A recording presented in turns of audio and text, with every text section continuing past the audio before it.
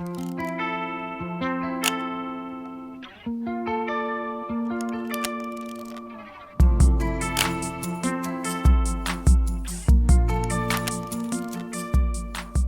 what's up? My name's Lucas. I am a photographer and filmmaker based out of West Michigan, and today we are talking about my Leica M6 and how it changed my photography, filmmaking, everything. I've been shooting film for a few years before I ended up buying a Leica M6, and it's always been one of those like bucket list cameras for me, just because it's always looked so cool, and I've loved the design, and but it just seemed so impractical to use.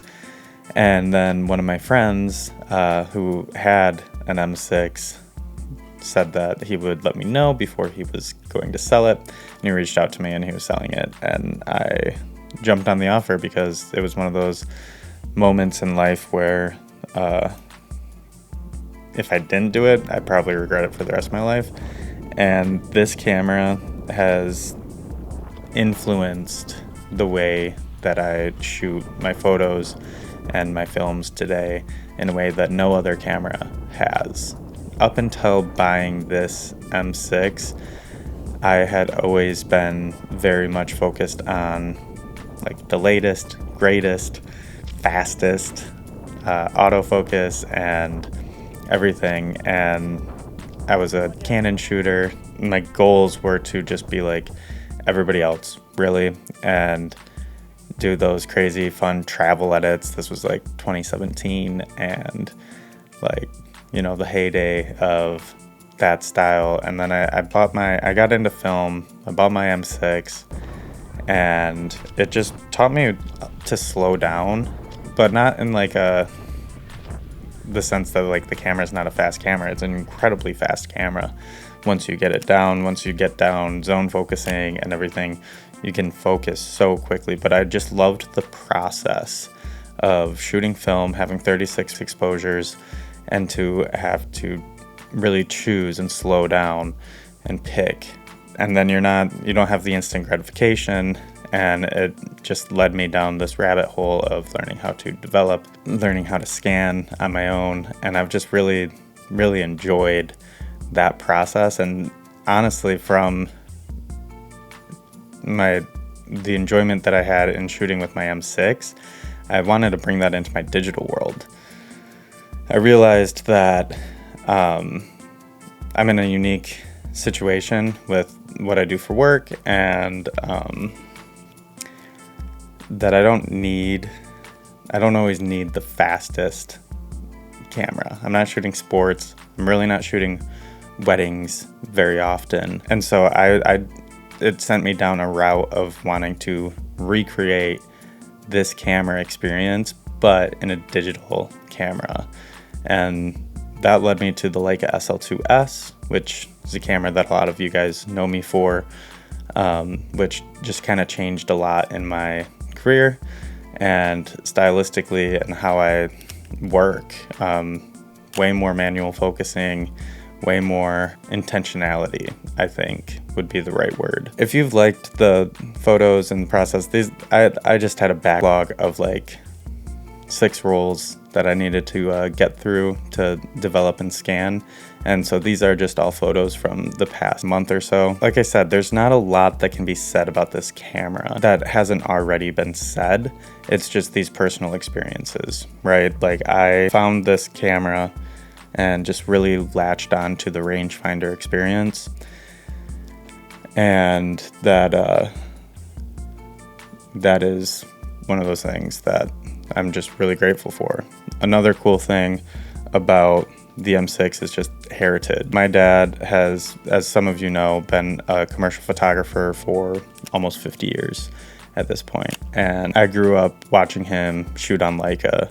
And I have one photo of me holding one of his M6s and a 50mm Summilux. And it's not a great photo, but here it is. What's cool is I remember him shooting on Leica, but I don't remember the technical specs. I was too young. I really honestly I didn't care enough to do it. But like I've talked about before, my dad and I both gravitated towards the same focal lengths, 28 and 50, which I didn't like talk to him and be like, hey, what focal lengths did you shoot on in the 70s and 80s? Because I want to recreate that. No, it just kind of happened, and I think that that's really cool. The how we had the similar eye and the similar style in that, but yet being distinct and being unique and being our own. So that's been really fun. He's since has stopped shooting on Leica. He shoots on Sony. But I've actually got a trip planned, little teaser for it, where we will be doing a road trip together, the two of us, down to New Mexico in his Porsche. So gonna try to get him to shoot some film again on that one. But he brought me this little Slews, and this has been awesome. He had two of them. This is a 28 millimeter in black, and he's got another 28, and I've got another 28 millimeter in silver that he gifted me, which is really nice because it fits right on top. But yeah, as far as functionality goes of this camera, it really just kind of is there. Once you get the focusing system, it makes the camera disappear in a way that I've never had a camera disappear for me.